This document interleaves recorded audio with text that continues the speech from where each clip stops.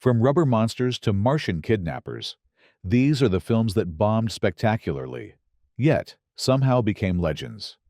Are you ready to cringe, laugh, and question reality? Have you ever wondered just how bad a movie can get and still end up remembered for decades? The 1960s were an era of revolution, creativity, and bold new visions on the silver screen. But not every film was a masterpiece. Let's dive into the top 20 worst movies of the 1960s. Number 20. Zontar, The Thing from Venus, 1966. It's hard to overstate just how much Zontar, The Thing from Venus, captures the spirit of low-budget sci-fi disasters from the 1960s. Directed by Larry Buchanan, a man whose name is now synonymous with cinematic cheese, this film is a shot-for-shot remake of 1956's It Conquered the World. But instead of updating the effects or story, Buchanan somehow manages to make everything cheaper, goofier, and, let's be honest, worse. The film introduces us to Dr. Kurt Taylor, a respected scientist. His best friend, Dr. Keith Ritchie, believes an alien from Venus named Zontar can solve all of Earth's problems. Spoiler: Zontar is not the friendly ET type. When the alien arrives, it's hilariously revealed as a rubbery, bat-winged creature that wouldn't scare a toddler. What follows is a series of mind control attacks, in which Zontar sends injectopods, basically plastic bats on wires, to latch onto the necks of unfortunate townsfolk. The victims then become robotic minions, with blank stares and worse acting. Dialogue is stilted, exposition is endless, and the film is shot in dreary black and white, even as color was the standard. Special effects? Think smoke machines and Christmas lights, and you're about there. When Zontar finally appears in full, it's a man in a suit that looks like it was made out of carpet scraps and pool toys. The climactic showdown is a lesson in how not to build suspense. Characters talk, walk, and shoot at shadows, while Zontar flops around in the cave. Despite all of this, or maybe because of it, Zontar has become a cult favorite. It's a go-to for late-night bad movie marathons and riffing parties, a perfect example of the earnest, unself-conscious awfulness that defines the best of the worst from the 1960s. Number 19. The Cape Canaveral Monsters, 1960. The space race was in full swing in the 1960s, and Hollywood was eager to cash in on the excitement. Enter The Cape Canaveral Monsters, a film that's less a celebration of space exploration and more a warning about what happens when a script is written in a weekend. The premise? Two evil extraterrestrial beings, inhabiting zombie-like human bodies, land near Cape Canaveral and try to sabotage American rocket launches. Their evil plan involves stalking around in the Florida swamps and generally confusing everyone they meet, including, apparently, the audience. From the opening scenes, the film is an exercise in confusion. Characters have long, awkward conversations that explain the plot over and over. The aliens' costumes consist of heavy pancake makeup and bad wigs, with blank stares and stiff walks that are supposed to be menacing, but just look bored. When the monsters lose a limb, they simply screw on a new one, often using a prop that looks like it came from a Halloween store's clearance bin. Special effects are jaw-droppingly bad. Rocket launches are depicted with sparklers taped to models, and alien control panels are made out of cardboard and tinfoil. The film jumps between scenes of the aliens plotting in their lair and government agents scratching their heads in confusion. The pacing is glacial, with endless stretches of characters driving, walking, or just staring into space. Despite a running time under 70 minutes, the film feels twice as long thanks to all the filler and repetition. The only thing scarier than the monsters is the editing, which splices together day and night shots in the same sequence, and sometimes even changes actors mid-scene.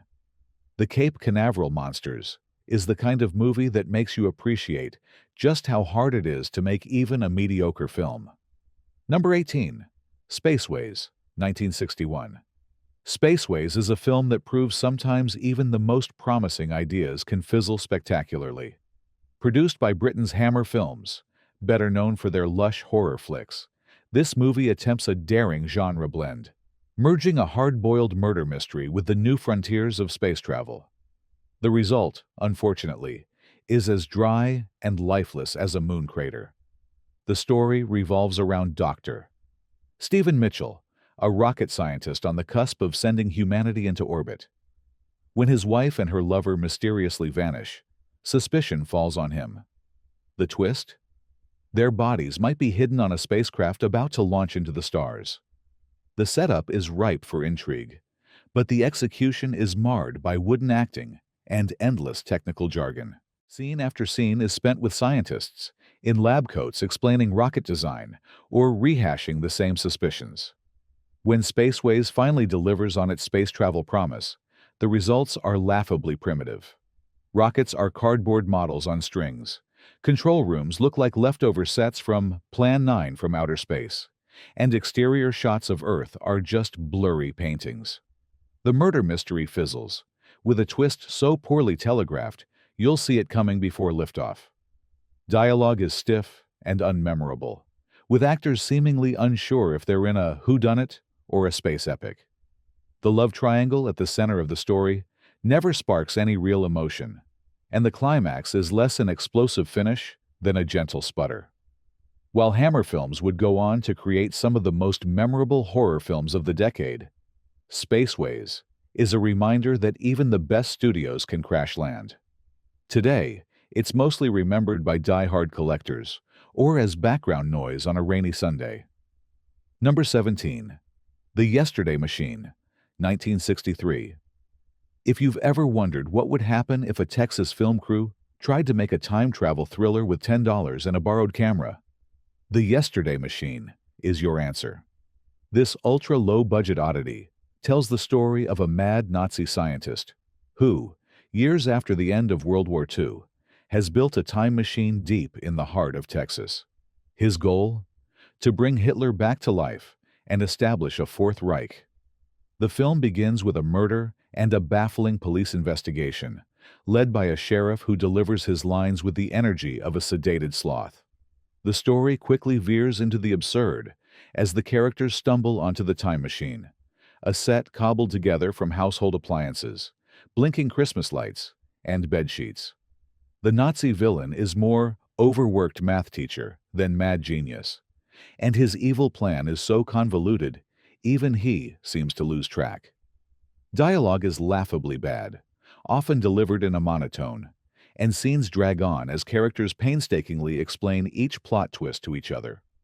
The special effects consist mainly of fog machines and camera fades, and the supposed futuristic technology is clearly just stuff from someone's garage. The final confrontation, a shootout between the police and the Nazi in his lab coat, is shot in confusing close-ups and ends abruptly with little resolution. What sets The Yesterday Machine apart is its complete lack of pacing and narrative cohesion. Long, pointless scenes pad the running time, and the characters' actions rarely make sense. But there's a bizarre charm to its earnestness, a sense that everyone involved was truly trying, despite overwhelming odds. It's a relic of regional filmmaking at its most clueless, and a must-see for connoisseurs of cinema's wildest misfires. Number 16. The Horror of the Blood Monsters, 1965. When you think of monster movies, you expect a certain level of coherence, even if the budget's small. The Horror of the Blood Monsters, directed by B-movie legend Al Adamson, throws that out the window with a film that's more collage than story. Instead of creating new footage, Adamson spliced together scenes from old black-and-white Filipino horror films, tinted them in wild colors, and awkwardly intercut them with hastily shot scenes of astronauts and vampires. The plot, such as it is, involves a group of astronauts who land on a strange planet inhabited by vampires, lizard people, and cavemen. However, much of the footage is clearly from other movies, with scenes tinted red, blue, or green to make them look alien. One moment, you're watching actors in spacesuits struggling to deliver technobabble. The next, you're transported into a silent film world of fighting cavemen and dinosaurs. It's utterly bewildering. Dialogue is mostly filler, with characters talking in circles or narrating what's happening, as if afraid the audience will get lost, which, honestly, is a legitimate concern. The monsters themselves change appearance from scene to scene, and the blood monsters look suspiciously like extras wearing Halloween teeth and capes. Editing is choppy, the music is discordant, and the pacing is all over the map. By the end, viewers are left dazed, unsure what they've just witnessed. Yet, the film has become a legend among bad movie fans for its audacity, and as a testament to Adamson's ability to stretch a budget further than anyone thought possible. It's not just a bad movie. It's an experience, and one that lingers long after the credits roll. Number 15. They Saved Hitler's Brain, 1968. They Saved Hitler's Brain stands as a monument to the kind of cinematic patchwork that could only happen in the 1960s. What started as a low-budget spy thriller called Mad Men of Mandoras was later extended by an additional 20 minutes of new footage, shot years after the original, with new actors and entirely new subplots. The result? One of the most infamous, incoherent movies ever made. The story, if you can call it that, revolves around a Nazi plot to bring Hitler back to life.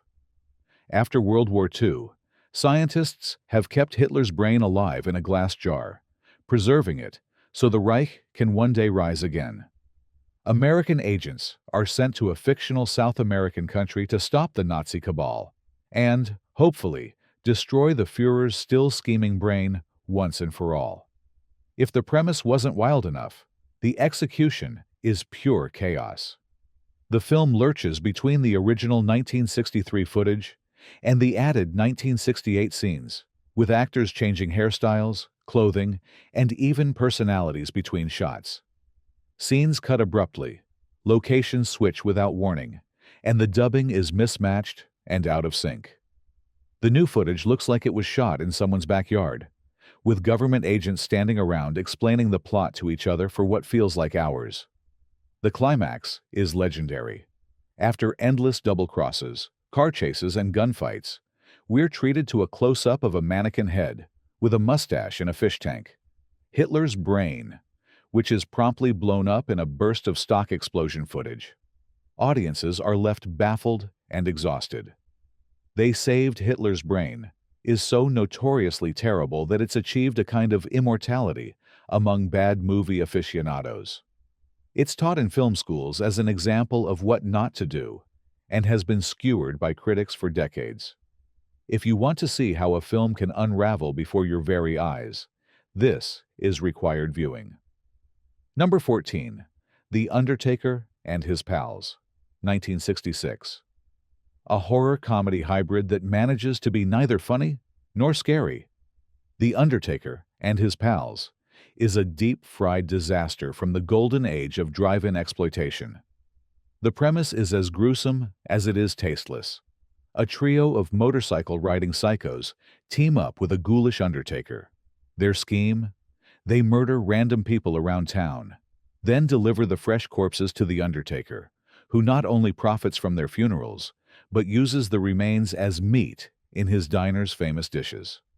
Right from the start, the movie is tone-deaf and uncomfortable. Instead of balancing dark humor with genuine horror, the film delivers awkward attempts at slapstick and sight gags, like bodies falling out of coffins or overly elaborate murder devices. The dialogue is cringeworthy, often delivered with a wink and a nudge, but the jokes land with a thud. The acting, ranging from amateurish to outright hammy, only makes things worse. Special effects are as cheap as the movie's morals, with fake blood that looks like ketchup and limbs that appear to be made of rubber. The diner scenes are meant to be gross-out comedy, but are more likely to elicit groans than laughs. The pacing is uneven, with long stretches of boring filler and sudden bursts of cartoonish violence. What really sinks The Undertaker and His Pals is its complete lack of tone. Scenes bounce between slapstick comedy, gruesome murder, and weird attempts at social commentary. But none of it gels. Instead, the film feels like an inside joke that everyone on set found hilarious. But that never translates to the screen. Today, the movie is mostly remembered as a curiosity. One of those, "Can you believe this got made?" cult oddities that only the most dedicated horror completists seek out. For the rest of us, it's a stomach-turning reminder that some jokes are best left untold. Number 13. Ratfink A Boo Boo, 1966. If you've never heard of Ratfink A Boo Boo, don't worry, you're not alone. This is one of those rare films whose story is just as infamous as the movie itself. What began as a straightforward crime drama took a left turn midway through production, transforming into a surreal superhero spoof, completely by accident. The movie opens as a gritty tale of a rock singer named Lonnie Lord and his gardener Titus, whose girlfriend is kidnapped by the villainous chain gang. Up to this point, it's standard low-budget exploitation fare, bad lighting, awkward dialogue, and scenes that seem to stretch forever. But then, suddenly, the tone shifts. The heroes become costumed crime fighters, donning homemade outfits and renaming themselves Ratfink and Boo Boo. Why? Apparently, the filmmakers ran out of money and decided to parody Batman and Robin instead. The transition is jarring, with no explanation or logic. Just 1 minute, it's a crime film. The next, we're in a campy superhero farce. The title itself was a typo. It was supposed to be Ratfink and Boo Boo, but the error wasn't caught until after the credits were printed. Action scenes are shot in public parks, with the actors clearly making up dialogue and stunts as they go. The villains are cartoonish. The costumes are little more than bedsheets and sweatpants, and the soundtrack is a weird mix of surf rock and elevator music. By the time the movie ends with a pie fight and a musical number, you're left wondering if it was all a fever dream. Ratfink A Boo Boo has achieved cult status for its sheer weirdness and accidental comedy. It's a film where everything goes wrong in the most entertaining way possible. A true artifact of low-budget filmmaking run amok. Number 12. The Fat Spy, 1966. A failed attempt to cash in on the beach party craze of the 1960s. The Fat Spy stands as a cautionary tale about what happens when you try to do too much with too little. Starring comedy legends Jane Mansfield and Phyllis Diller, the film is a messy mashup of spy movie parody, musical numbers, and madcap romance that never manages to be funny, thrilling, or even remotely coherent. The story is set on a supposedly deserted island, where a mad scientist and his daughter plot to uncover the fountain of youth. Meanwhile, a group of teenagers arrive to frolic, dance, and, occasionally, sing.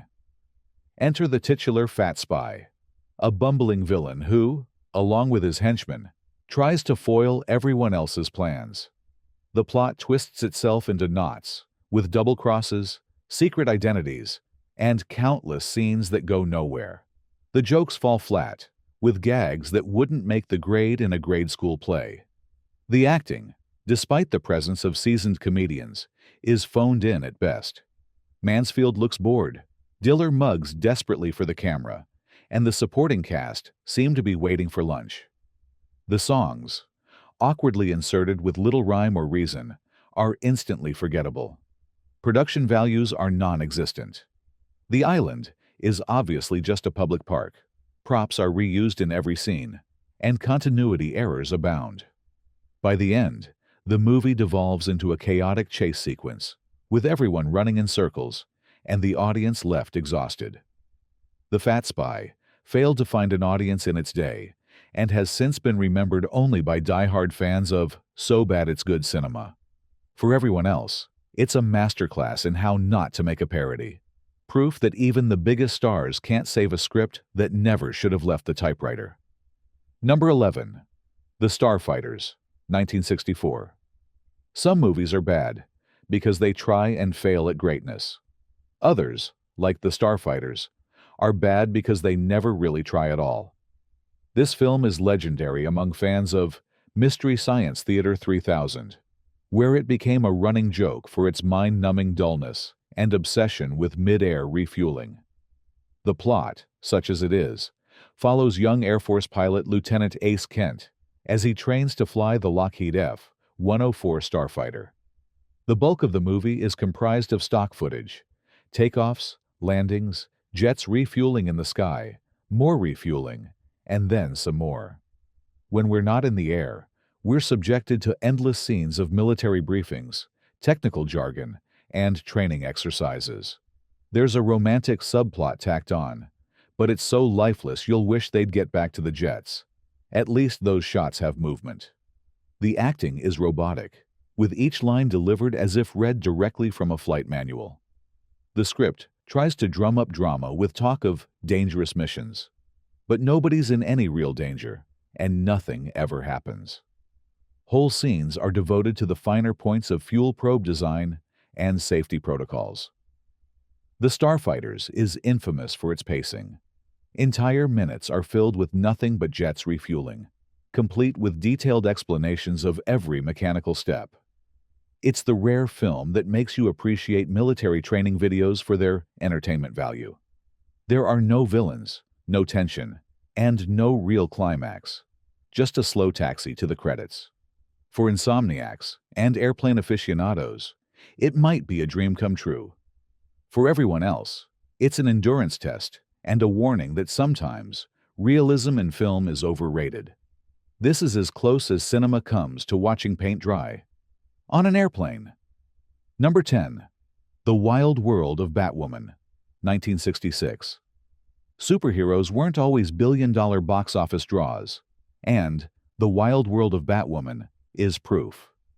Released at the height of Batmania, this notorious knockoff tried to cash in on the popularity of the Caped Crusader, only to be sued by DC Comics for copyright infringement. Even without the lawsuit, though, this film would be famous for all the wrong reasons. The story, if you can call it that, revolves around Batwoman, a leotard-clad, middle-aged superhero who leads a group of dancing Batgirls as they battle the villainous Ratfink, not to be confused with the similarly named entry earlier on this list. The plot centers on an evil scheme to steal a sonic hearing aid that will, somehow, give the villains world-conquering power. What unfolds is a surreal parade of nonsensical dialogue, nightclub dance numbers, and crime-fighting sequences so badly staged they resemble outtakes from a children's birthday party. Special effects are non-existent. Batwoman's secret lair is clearly a regular living room, and gadgets are little more than everyday household objects. The fight scenes are a mess of awkward shoves and fake punches, often filmed in slow motion, as if that will make them look more dramatic. The actors, for their part, seem to be in on the joke, or perhaps just resigned to their fate. What makes The Wild World of Batwoman so baffling is its tone. Is it supposed to be a spoof? An earnest attempt at superhero action? Or just an excuse to showcase go-go dancers? The film never decides, and the result is a jumbled, bizarre mess that's hard to look away from. For bad movie aficionados, it's a must-see, an unintentional parody of an entire genre. For everyone else, it's a wild world indeed, one best visited only once. Number 9. Monster Agogo, 1965. Monster Agogo isn't just a bad movie. It's a bad movie built from the pieces of two bad movies, stitched together Frankenstein style, in a desperate bid for completion. The original director ran out of money halfway through production, leaving the project unfinished. Years later, another filmmaker bought the footage, added new scenes and new actors, and somehow managed to make it even more incoherent. The plot follows an astronaut who returns to Earth after a failed mission, only to transform into a radioactive, flesh-eating monster. But due to the haphazard editing and missing scenes, it's almost impossible to tell who's who or what's happening from one moment to the next. Characters appear and disappear without explanation, sometimes played by different actors in consecutive scenes. Dialogue is often delivered by voiceover, apparently to cover up the lack of matching audio, or to explain plot points that never made it onto film. The monster itself, a hulking, slow-moving man in pancake makeup, is rarely seen, and when he is, he's more comical than frightening. Victims are devoured in scenes where the monster stands still and people fall down, often out of frame. Musical cues jump in and out without warning, and the entire production has the feel of a student film assembled from found footage. Perhaps the most infamous element is the ending. After 70 minutes of confusion, a voiceover tells the audience that the monster never existed, and the astronaut was found alive and well. It's the cinematic equivalent of, "It was all a dream," and it leaves viewers feeling cheated and bewildered. Yet, in its own weird way, Monster Agogo is compelling, a legendary disaster that must be seen to be believed. If you love movies that break every rule, this is your holy grail. Number 8. The Magic Christmas Tree, 1964. If you're expecting a heartwarming holiday classic, keep looking. The Magic Christmas Tree is a children's film so strange, so tonally disjointed, that it borders on the nightmarish. It tells the story of a young boy who plants a magic seed, grows a talking Christmas tree, and is granted 3 wishes. Sounds innocent enough, but the film quickly plunges into weird, unsettling territory. The titular tree isn't just magic. It's also deeply sarcastic, goading the boy into making selfish wishes that get him in trouble. One wish leads to a talking dog, another to a kidnapping by a wicked witch who wants to bake him in a pie. At one point, Santa Claus himself shows up, but instead of a jolly rescue, he delivers a meandering lecture about the true meaning of Christmas, leaving both the boy and the audience confused. The special effects are primitive, even by 1960s standards, with stop-motion sequences that look like outtakes from a school project. Dialogue is awkwardly dubbed, and the acting, mostly by children, ranges from stiff to outright bizarre. Scenes go on forever, with musical numbers that have little to do with the plot, and more to do with padding the runtime. The Magic Christmas Tree has become a cult favorite among bad movie fans for its sheer audacity. It's the kind of film that leaves you with more questions than answers. Who was this made for? What were they thinking? And why does Santa seem so off? For fans of weird cinema, it's a must-watch holiday oddity. For everyone else, it's the stuff of Christmas nightmares. Number 7. Manos, The Hands of Fate, 1966. Perhaps no movie from the 1960s is as legendary in its awfulness as Manos, The Hands of Fate. Created on a bet by fertilizer salesman Harold P. Warren, who claimed he could make a successful horror movie even with zero experience, this film has become a cult icon of so bad it's good cinema. The premise is simple. A family, lost on a road trip, stumbles upon a mysterious lodge in the Texas desert. They're greeted by Torgo, a twitchy caretaker with enormous knees and a haunted stare.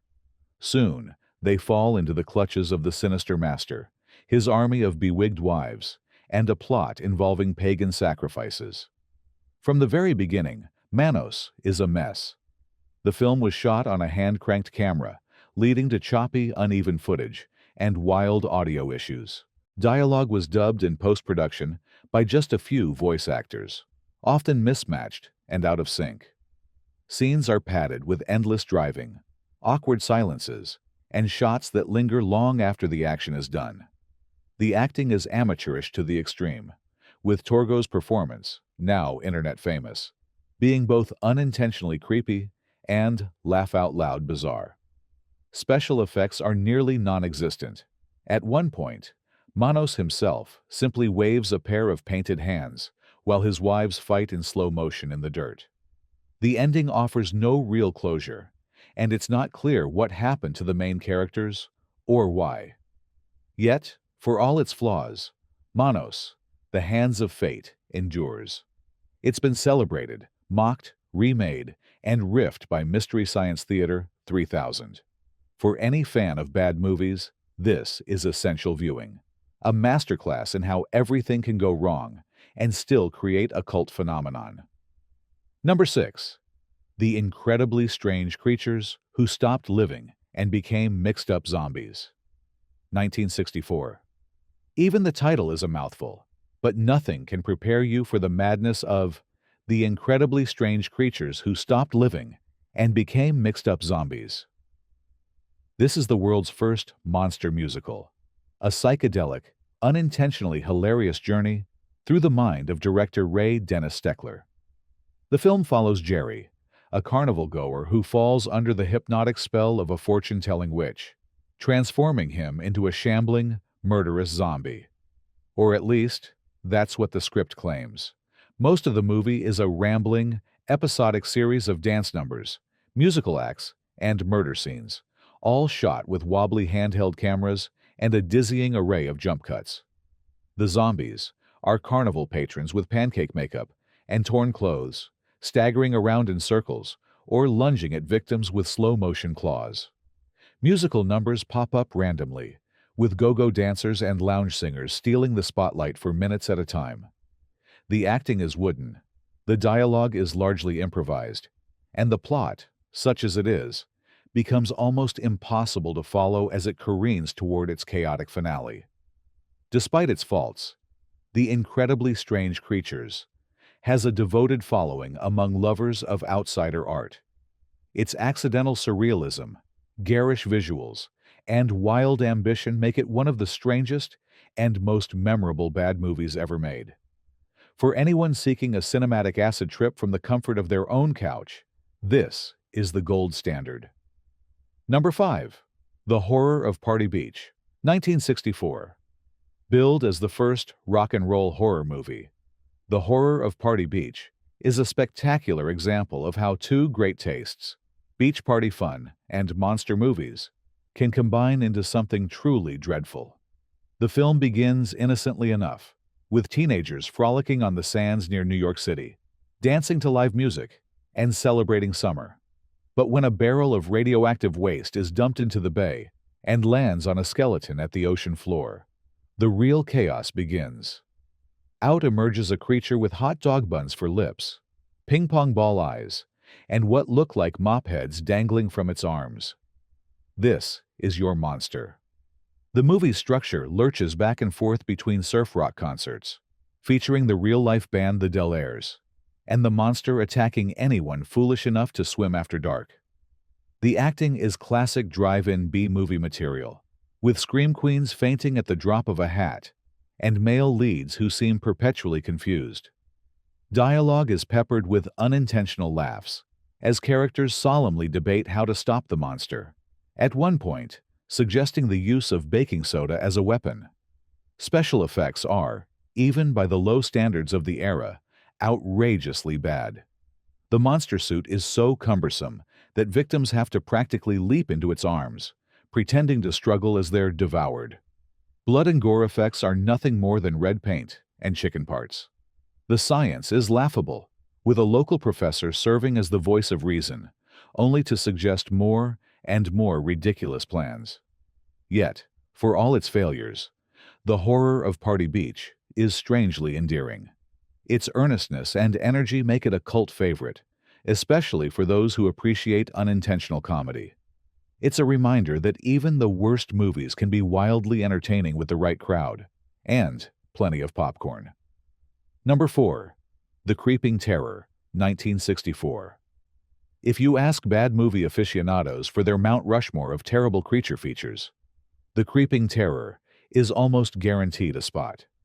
Shot in the mountains of California on a shoestring budget, this film is infamous for its monster, a giant, shaggy carpet with inner tube tentacles that oozes slowly across the landscape, devouring its victims in what can only be described as slow-motion farce. The story is simple.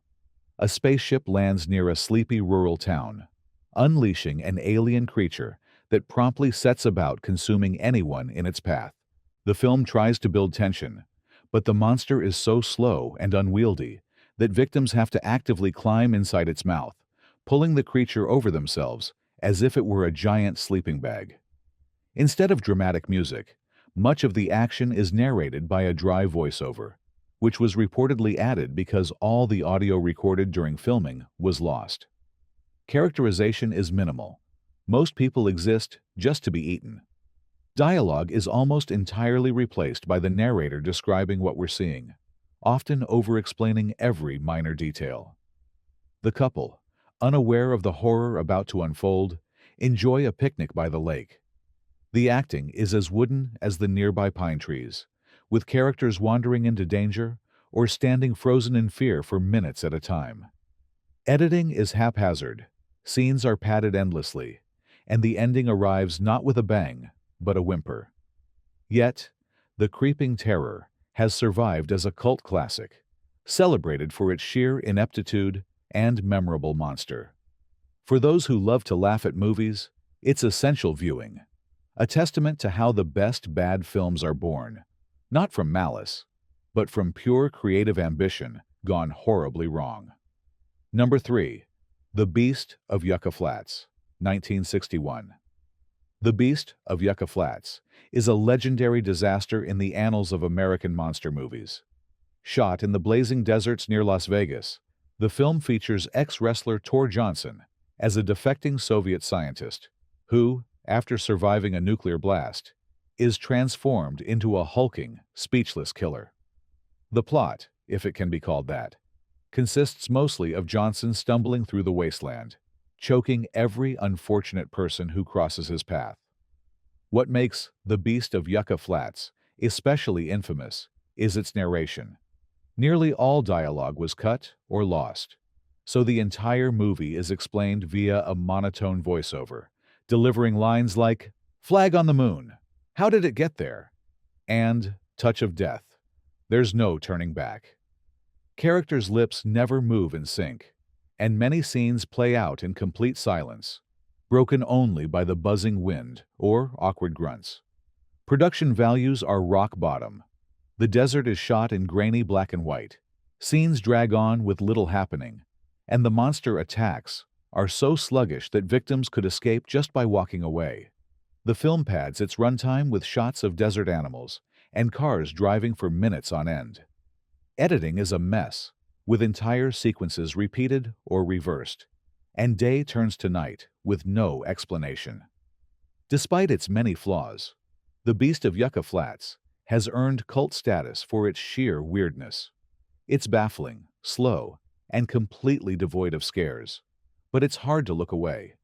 If you've ever wanted to see a movie that defines the phrase, "so bad it's good," this is a textbook example. A cautionary tale for every would-be filmmaker who thinks all you need is a camera and a dream. Number 2. Ega, 1962. Long before Richard Kiel became famous as Jaws in the James Bond series, he starred in one of the strangest monster movies ever made, Ega. The film opens with a car crash in the California desert, where teenager Roxy meets the towering, club-wielding caveman Ega, who, against all odds, is alive and well in modern times. Roxy's would-be boyfriend and her crooner father soon set out to rescue her, leading to a series of bizarre adventures, love triangles, and musical numbers in the caves. Ega is a masterclass in amateur filmmaking.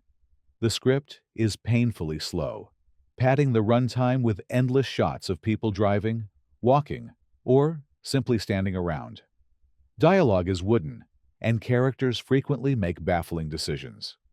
One of the most notorious scenes involves Ega shaving Roxy's father, an extended sequence so awkward and pointless, it's become a legend among bad movie buffs. Special effects are minimal. Ega's lair is just a local cave, dressed with some bones and fake spiderwebs. Keel, for his part, does his best, but the direction offers him little to work with. His caveman mostly grunts and utters his name at random intervals. Musical numbers crop up at odd moments, with the soundtrack switching from surf rock to lounge ballads with no rhyme or reason. Yet, Ega endures. It's been celebrated on Mystery Science Theater 3000 and screened at countless bad movie marathons. Its earnestness and unintentional comedy make it a favorite for those who treasure the weirdest corners of cinematic history. For newcomers, it's a rite of passage, one you'll never forget. Number 1. Santa Claus Conquers the Martians, 1964. Topping our list is a movie so infamous, it's become a holiday tradition for fans of cinematic disasters. Santa Claus Conquers the Martians is a film that delights in its own absurdity. A story about Martian children who, longing for the joy of Earth's Christmas, persuade their parents to kidnap Santa Claus and bring him to Mars. The result? Chaos, confusion, and a holiday film so awkward, it's lovable. The movie is filled with wild costumes. Martians wear green face paint, hockey gloves, and upside-down colanders for helmets. The sets are cardboard and tinsel, with ray guns that look like cheap squirt toys. The acting is earnest, but wooden, with Santa remaining jolly, even as he's held hostage on another planet, and the child actors reciting their lines as if for the first time. The story's tone is both innocent and nonsensical. Martian villain Voldar wants to cancel Christmas, while Santa, unfazed by his kidnapping, sets up a toy factory on Mars and cheers up the local kids. The low budget is evident in every frame, from the infamous robot to the polar bear. Despite, or perhaps because of, its flaws, Santa Claus Conquers the Martians has become a cult phenomenon. It's been riffed by MST3K, lampooned in countless retrospectives, and watched annually by families with a taste for the bizarre. In the world of so bad it's good cinema, this is the North Pole, a holiday favorite that proves even the worst movies can find their audience. There you have it, the top 20 worst movies of the 1960s. From Martian kidnappings to radioactive monsters, these cinematic misfires prove that bad movies never really go out of style. Did your favorite train wreck make the list? Which dreadful delight would you add? Tell us in the comments. Hit subscribe for more epic movie roundups. And don't forget to ring that bell for all our latest countdowns. Thanks for watching. And remember, sometimes the best movie nights are made of the worst movies.